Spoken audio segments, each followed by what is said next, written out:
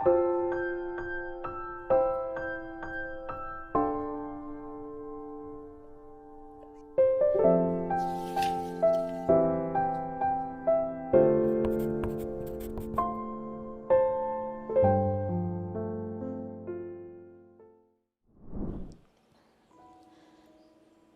16일) 오늘의 하이라이트는 창세기 39장에서 41장입니다. 39장. 요셉이 이집트로 끌려갔다.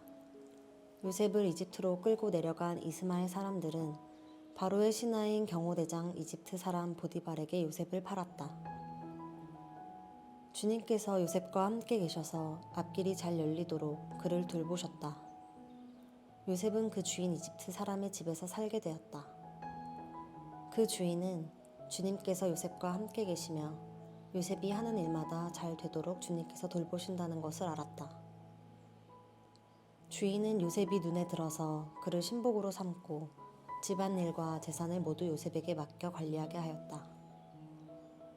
그가 요셉에게 자기의 집안일과 그 모든 재산을 맡겨서 관리하게 한 그때부터 주님께서 요셉을 보시고 그 이집트 사람의 집에 복을 내리셨다. 주님께서 내리시는 복이 주인의 집 안에 있는 것이든지 밭에 있는 것이든지 그 주인이 가진 모든 것에 미쳤다. 그래서 그 주인은 자기가 가진 모든 것을 요셉에게 맡겨서 관리하게 하고 자기의 먹거리를 빼고는 아무것도 간섭하지 않았다. 요셉은 용모가 준수하고 잘생긴 미남이었다. 일이 이렇게 된 지 얼마 지나지 않아서 주인의 아내가 요셉에게 눈짓을 하며 나하고 침실로 가요 하고 꾀었다.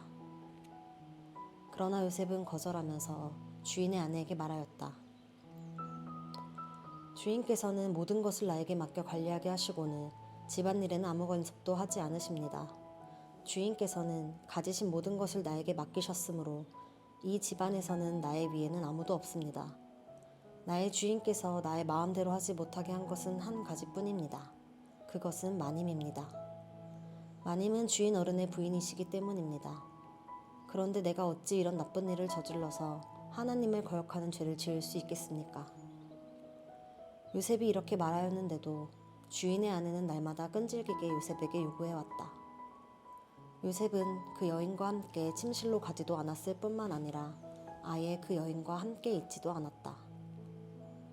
하루는 요셉이 할 일이 있어서 집 안으로 들어갔는데 그 집 종들이 집 안에 하나도 없었다. 여인이 요셉의 옷을 붙잡고 나하고 침실로 가요 하고 졸랐다. 그러나 요셉은 붙잡힌 자기의 옷을 그의 손에 버려둔 채 뿌리치고 집 바깥으로 뛰어나갔다. 여인은 요셉이 그 옷을 자기의 손에 버려둔 채 집 바깥으로 뛰어나가는 것을 보고 집에서 일하는 종들을 불러다가 말하였다. 이것 좀 보아라. 주인이 우리를 웃음거리로 만들려고 이 히브리 녀석을 데려다 놓았구나.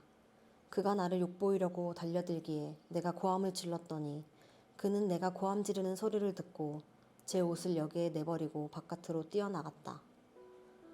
이렇게 말하고 그 여인은 그 옷을 곁에 놓고 주인이 집으로 돌아오기를 기다렸다. 주인이 돌아오자 그에게 이렇게 일러 바쳤다. 당신이 데려다 놓은 저 히브리 사람이 나를 농락하려고 나에게 달려들었어요. 내가 사람 살리라고 고함을 질렀더니 옷을 내 앞에 버려두고 바깥으로 뛰어나갔어요. 주인은 자기 아내에게서 당신의 종이 나에게 이 같은 행패를 부렸어요 하는 말을 듣고서 화가 치밀어 올랐다. 요셉의 주인은 요셉을 잡아서 감옥에 가두었다. 그곳은 왕의 죄수들을 가두는 곳이었다. 요셉이 감옥에 갇혔으나 주님께서 그와 함께 계시면서 돌보아 주시고 그를 한결같이 사랑하셔서 간수장의 눈에 들게 하셨다. 간수장은 감옥 안에 있는 죄수를 모두 요셉에게 맡기고 감옥 안에서 일어나는 온갖 일을 요셉이 혼자 처리하게 하였다. 간수장은 요셉에게 모든 일을 맡기고 아무것도 간섭하지 않았다. 그렇게 된 것은 주님께서 요셉과 함께 계시기 때문이며 주님께서 요셉을 돌보셔서 그가 하는 일은 무엇이나 다 잘 되게 해주셨기 때문이다. 40장. 이런 일들이 있은 지 얼마 뒤에 이집트 왕에게 술잔을 올리는 시종장과 빵을 구워 올리는 시종장이 그들의 상전인 이집트 왕에게 잘못을 저지른 일이 있었다.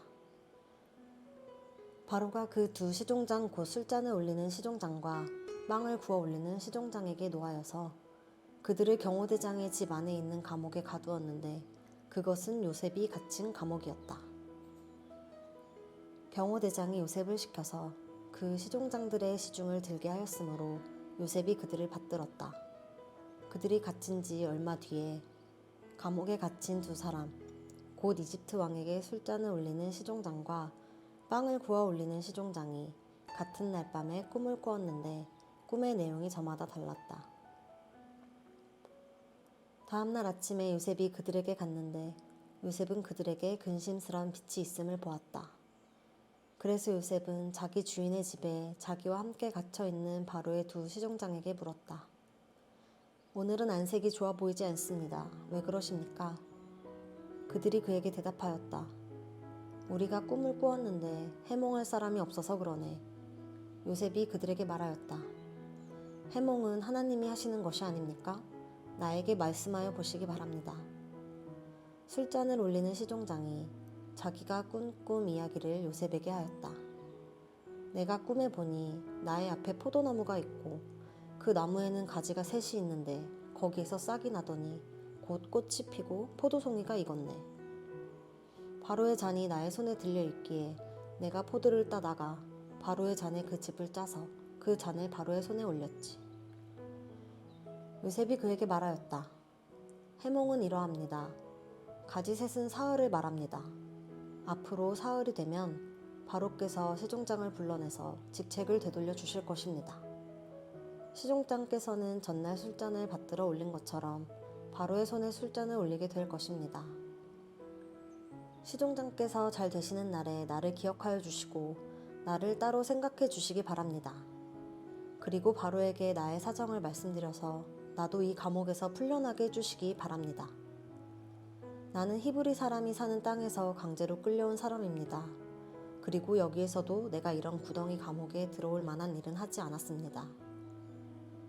빵을 구워 올리는 시종장도 그 해몽을 듣고 보니 좋아서 요셉에게 말하였다. 나도 한 꿈을 꾸었는데 나는 빵이 담긴 바구니 3개를 머리에 이고 있었네. 제일 위에 있는 바구니에는 바로에게 드릴 온갖 구운 빵이 있었는데 새들이 내가 이고 있는 바구니 안에서 그것들을 먹었네. 요셉이 말하였다. 해몽은 이러합니다. 바구니 셋은 사흘을 말합니다. 앞으로 사흘이 되면 바로께서 시종장을 불러내서 목을 베고 나무에 매다실 터인데 새들이 시종장의 주검을 쪼아 먹을 것입니다. 그러한 지 사흘째 되는 날, 그 날은 바로의 생일인데 왕은 신하들을 다 불러 모으고 잔치를 베풀었다. 술잔을 올리는 시종장과 빵을 구워 올리는 시종장이 신하들이 모인 자리에 불려나갔다. 바로에게 술을 따라 올리는 시종장은 직책이 회복되어서 잔에 술을 따라서 바로의 손에 올리게 되고 빵을 구워 바치는 시종장은 매달려서 처형되니 요셉이 그들에게 해몽하여 준 대로 되었다. 그러나 술잔을 올리는 시종장은 요셉을 기억하지 못하였다. 그는 요셉을 잊고 있었다. 41장. 그로부터 만 2년이 지나서 바로가 꿈을 꾸었다. 그가 나일 강가에 서 있는데 잘생기고 살이 찐 암소 7마리가 강에서 올라와서 갈밭에서 풀을 뜯는다. 그 뒤를 이어서 흉측하고 야윈 다른 암소 7마리가 강에서 올라와서 먼저 올라온 소들과 함께 강가에 선다. 그 흉측하고 야윈 암소들이 잘생기고 살이 찐 암소들을 잡아먹는다. 바로는 잠에서 깨어났다. 그가 다시 잠들어서 또 꿈을 꾸었다. 이삭 7개가 보인다. 토실토실하고 잘 여문 이삭 7개가 나오는데 그것들은 모두 한 줄기에서 나와서 자란 것들이다. 그 뒤를 이어서 또 다른 이삭 7개가 피어나오는데 열풍이 불어서 야위고 마른 것들이다. 그 야윈 이삭이 토실토실하게 잘 여문 이삭 7개를 삼킨다. 바로가 깨어나 보니 꿈이다. 아침에 그는 마음이 뒤숭숭하여 사람을 보내어서 이집트의 마술사와 현인들을 모두 불러들이고 그가 꾼 꿈 이야기를 그들에게 하였다. 그러나 아무도 그에게 그 꿈을 해몽하여 주는 사람이 없었다. 그때 술잔을 올리는 시종장이 바로에게 말하였다. 제가 꼭 했어야 할 일을 못한 것이 오늘에야 생각납니다. 임금님께서 종들에게 노하셔서 저와 빵을 구워 올리는 시종장을 경호대장 집 감옥에 가두신 일이 있습니다. 저희들이 같은 날 밤에 각각 꿈을 꾸었는데 두 꿈의 내용이 너무나 달랐습니다. 그때 그곳에 경호대장의 종인 히브리 소년이 저희와 함께 있었습니다. 저희가 꾼 꿈 이야기를 그에게 해주었더니 그가 그 꿈을 풀었습니다. 저희 두 사람에게 제각기 그 꿈을 해몽하여 주었던 것입니다. 그리고 그가 해몽한 대로 꼭 그대로 되어서 저는 복직되고 그 사람은 처형되었습니다. 이 말을 듣고서 바로가 사람을 보내어 요셉을 불러오게 하였고 사람들은 곧바로 그를 구덩이에서 끌어냈다. 요셉이 수염을 깎고 옷을 갈아입고 바로 앞으로 나아가니 바로가 요셉에게 말하였다. 내가 꿈을 하나 꾸었는데 그것을 해몽할 수 있는 사람이 없다. 나는 내가 꿈 이야기를 들으면 잘 푼다고 들었다. 그래서 너를 불렀다. 요셉이 바로에게 대답하였다. 저에게는 그런 능력이 없습니다. 임금님께서 기뻐하실 대답은 하나님이 해주실 것입니다. 바로가 요셉에게 말하였다. 꿈에 내가 나일 강가에 서 있는데 살이 찌고 잘생긴 암소 7마리가 강에서 올라와서 갈밭에서 풀을 뜯었다. 그것들의 뒤를 이어서 약하고 아주 흉측하고 야윈 다른 암소 7마리가 올라오는데 이집트 온 땅에서 내가 일찍이 본 일이 없는 흉측하기 짝이 없는 그런 암소들이었다.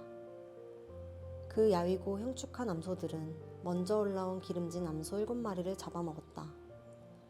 흉측한 암소들은 살이 찐 암소들을 잡아먹었는데도 여전히 굶은 암소처럼 흉측하였다. 그리고는 내가 깨어났다. 내가 또다시 꿈에 보니 한 줄기에서 자란 이삭 7개가 있는데 자일 여물고 실한 것들이었다. 그것들의 뒤를 이어서 다른 이삭 7개가 피어나오는데 열풍이 불어서 시들고 야위고 마른 것들이었다. 그 야윈 이삭이 잘 여문 7 이삭을 삼켜버렸다. 내가 이 꿈 이야기를 마술사와 현인들에게 들려주었지만 아무도 나에게 그 꿈을 해몽해 주지 못하였다. 요셉이 바로에게 말하였다. 임금님께서 2번 꾸신 꿈의 내용은 다 같은 것입니다. 임금님께서 장차 하셔야 할 일을 하나님이 보여주신 것입니다. 그 좋은 암소 7마리는 7회를 말하고 잘 여문 이삭 7개도 7회를 말하는 것입니다. 두 꿈이 다 같은 내용입니다.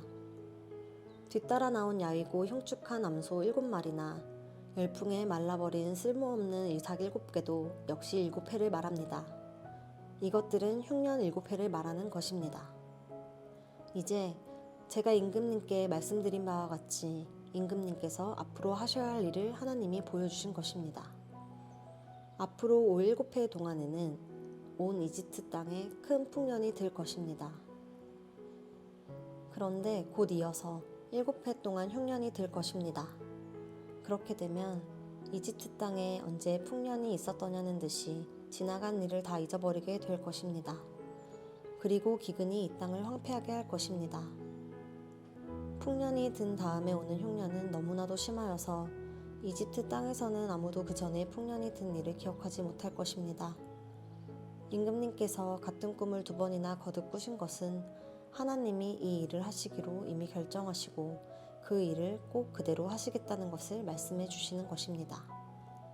이제 임금님께서는 명철하고 슬기로운 사람을 책임자로 세우셔서 이집트 땅을 다스리게 하시는 것이 좋을 듯 합니다. 임금님께서는 전국의 관리들을 임명하셔서 풍년이 계속되는 7회 동안에 이집트 땅에서 거둔 것의 5분의 1을 해마다 받아들이도록 하심이 좋을 듯 합니다. 앞으로 올 풍년에 그 관리들은 온갖 먹거리를 거두어 드리고 임금님의 권한 아래 각 성읍의 곡식을 갈무리하도록 하십시오. 이 먹거리는 이집트 땅에서 7회 동안 이어갈 흉년에 대비해서 그때 이 나라 사람들이 먹을 수 있도록 갈무리해 두셔야 합니다. 그렇게 하시면 기근이 이 나라를 망하게 하지 못할 것입니다. 바로와 모든 신하들은 이 제안을 좋게 여겼다. 바로가 신하들에게 말하였다. 하나님의 영이 함께하는 사람을 이 사람 말고 어디에서 또 찾을 수 있겠느냐? 바로가 요셉에게 말하였다. 하나님이 너에게 이 모든 것을 알리셨는데 너처럼 명철하고 슬기로운 사람이 어디에 또 있겠느냐? 내가 나의 집을 다스리는 책임자가 되어라. 나의 모든 백성은 너의 명령을 따를 것이다.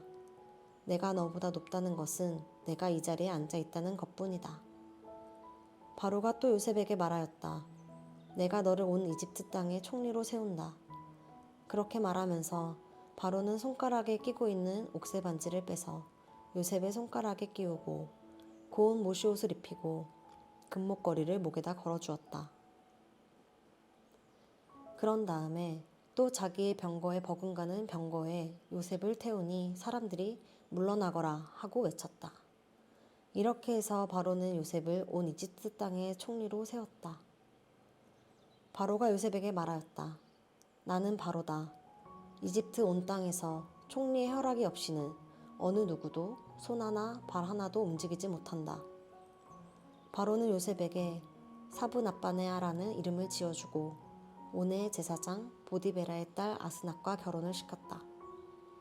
요셉이 이집트 땅을 순찰하러 나섰다.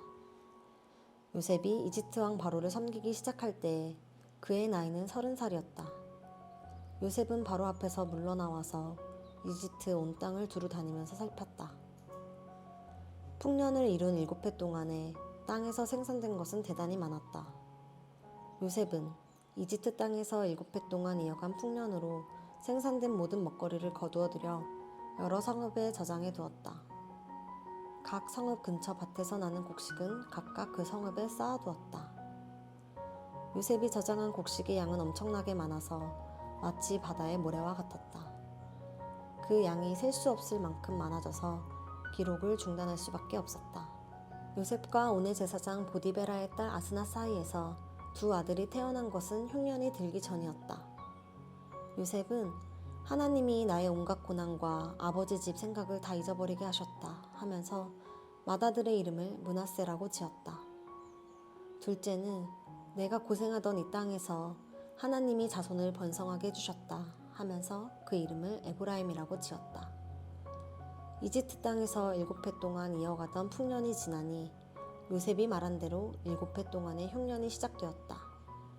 온 세상에 기근이 들지 않은 나라가 없었으나 이집트 온 땅에는 아직도 먹거리가 있었다. 그러나 마침내 이집트 온 땅의 백성이 굶주림에 빠지자 그들은 바로에게 먹을 것을 달라고 부르짖었다. 바로는 이집트의 모든 백성에게 요셉에게로 가서 그가 시키는 대로 하여라 하였다. 온 땅에 기근이 들었으므로 요셉은 모든 창고를 열어서 이집트 사람들에게 곡식을 팔았다. 이집트 땅 모든 곳에 기근이 심하게 들었다. 기근이 온 세상을 뒤덮고 있었으므로 다른 나라 사람들도 요셉에게서 곡식을 사려고 이집트로 왔다. 아멘.